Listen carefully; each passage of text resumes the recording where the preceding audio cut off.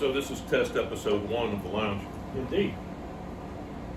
Cheers, my brother. Just a couple guys talking about bourbon, cigars, And so and stuff.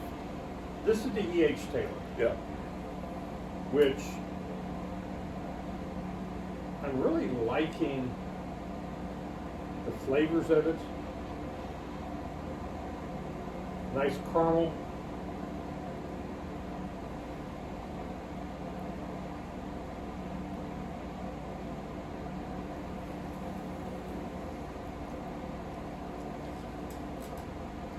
Yeah, the Taylor's really good on the nose, smooth. You can really pick up the vanilla on the nose and on the front end in particular. It's smooth on the back end too. It's not too hot. Yeah, I'm a fan. I am too. I mean, I don't know if it's the best of the allocated through Buffalo Trace, but it's certainly one I'm going to buy every single time. If it's available, Yeah, absolutely. I'm going to take that. I mean, why wouldn't you? You know, especially on the daily release, the way they handle the daily release. Yeah. It's kind of fun. I did see that they've changed how you end up getting the daily releases though. Oh, is that right? You actually have to register ahead of time because I think they're trying to get rid of the snakes to a certain extent. But that's half the fun. It is. I mean, you go out there, you stand in the snake, you get to interact with the other people that are waiting, and you know, everybody's from somewhere other than there. And they're all there for the same reason. Yeah. They're Yeah. all there to get Yeah. that special allocated bottle. It's great people watching. It is. It is. Yeah, I hope they don't do away with the snakes. I mean, it's part of the culture of Buffalo Trace, which, yeah, I mean, I understand that they may want to streamline the process, but there are some things you just don't want to mess with. Well, yeah, I mean, how much fun was it while we were there, you know, because obviously it was the year of the flood, so all of that had occurred. Mhm. But how much fun was that for, you know, everybody standing out there waiting for the doors to open, you know, looking at the walls and stuff, trying to find the water lines and everything. I mean, it was just cool, and you could tell everybody was doing it. Well, it's the anticipation. And then you're looking at your phones to find out what the predicted allocation was going to be that day. Yep. And then you turn that corner and you see the board, and that's the first time that you actually see what you're going to be able to get that day. Yeah, and what's even more fun is when you find out that, okay, today, the Blantons that I bought yesterday in jail is now jail free. So now I get to pick up a second bottle of Blantons, which is awesome. And that's like a bonus. Whenever you find out that one of the allocated is not going to put you in jail. I mean, that just puts a smile on your face every single Well, time. didn't we end up with the same kind of situation with the Eagle Rare? Didn't we have that in jail one day and then the next day it was on the release? Yes. I mean, I think we brought home, I think we visited Buffalo Trace 3 times, and I think we brought home either 5 or 6 allocated bottles. 3 times, was that a day or? I mean, it seemed like it after we did, after we did a few tastings, but yeah, Yeah, I mean, well- that was just, that was a bonus of the pre-flood. I don't know if they still do that, but but they also have a lot of really good bourbons, even if it's not allocated. I mean, I've purchased bottles of the Travelers, which you can get at any time. And, well, the Buffalo Trace, obviously, is now a lot more available than what it used to be. Seems like they flooded the market. Yeah. And, but yeah, you go into some of the stores and they have an entire end cap Of Buffalo Trace. of Buffalo Trace. Yeah. So I just remember the days that you'd go looking for it and you couldn't find it. Right.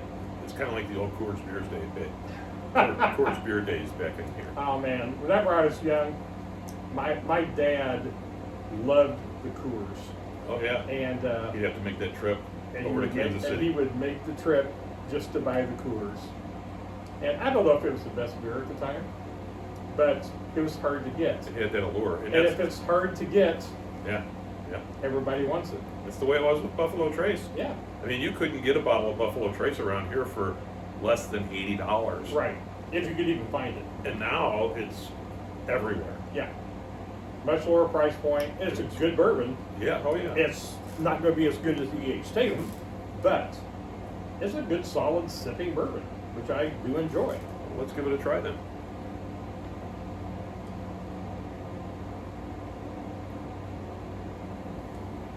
I do like the caramel notes. Yeah, the E.H. Taylor is so good.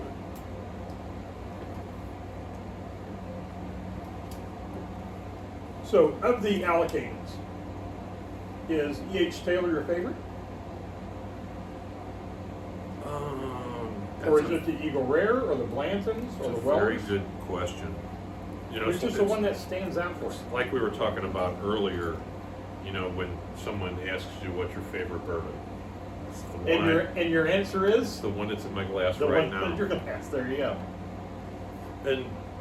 And palates change, They do. and my favorite bourbon now, you know, even if you're not looking at what you're currently drinking, but your favorite bourbon is going to change because you're going to be introduced to yeah, if new bourbons. if I'm asked now to pick my favorite bourbon, I'm gonna say it's that Bomberger's Uh, that we got over at the Michter's Yeah. Distillery. Is that enough for you?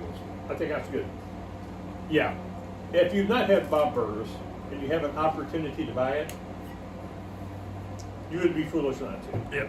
It is a higher price point. Bomberger's small batch bourbon whiskey is excellent.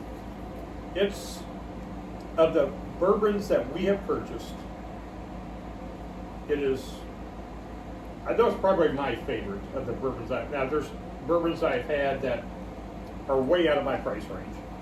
Because my price range, if it's $100 or higher, it has to be really something that I'm going to splurge on. So that's a good thing to establish, because we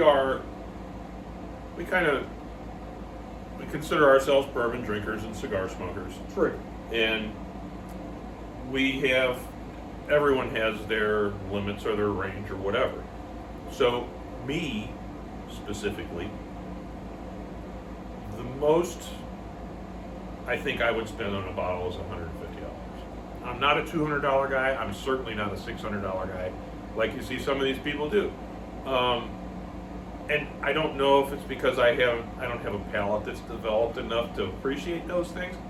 I know what I like, and I also know that I was sub 100 before I bought my first bottle of Bombergers, when the guy behind me in line said I was an idiot if I didn't buy it.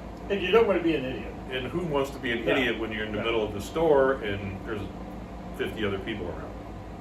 So True. I spent the $140, bought the bottle, and I'm delighted that I did, as in fact, I have since then purchased another one for $10 more. So I'm a sub 200 guy. But that first bottle was purchased before you'd even tasted it. And that's, I mean, okay, we love our bourbon. I wouldn't consider myself a bourbon aficionado. I don't know if I blind tasted a $200 bottle, a $100 bottle, or a $50 bottle. I am not 100% confident that I would be able to say that's the $200 bottle one, because it is so much better. I have to agree with you 100%. I'm not at that point. I don't think I'll ever be at that point. It's kind of like what we were talking about earlier. At least in my opinion, I think like it's very subjective. Of course, these have very distinct tasting notes and notes to your nose and all those things. But at the same time, it's very subjective in what you like. Yeah. I bought the Bombergers because the guy said, you're an idiot if you don't. So I did. I would never have bought it.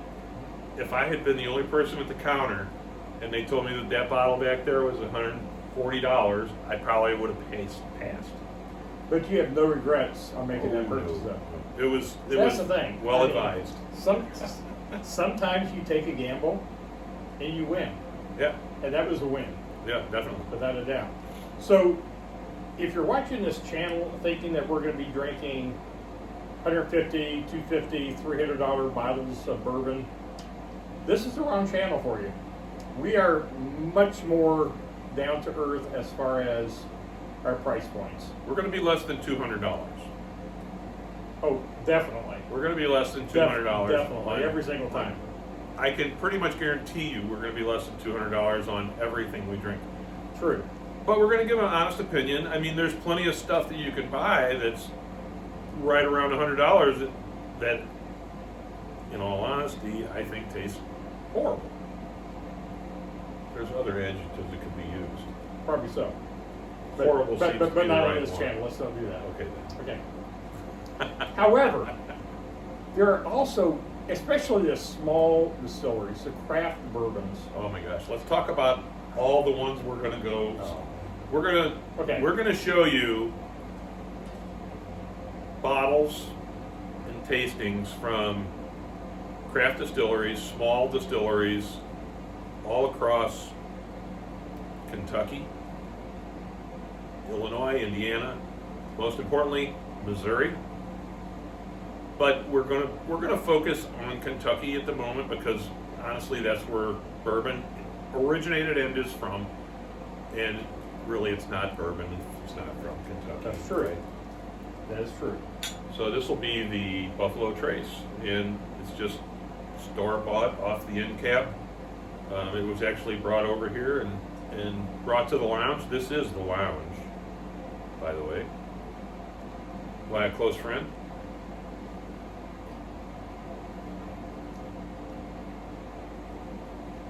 I mean, on the nose, you get the caramel, you get the vanilla. It's a little on the oaky side.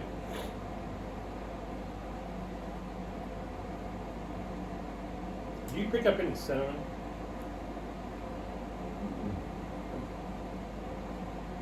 And again, my palate is still developing, but and what you taste is going to differ.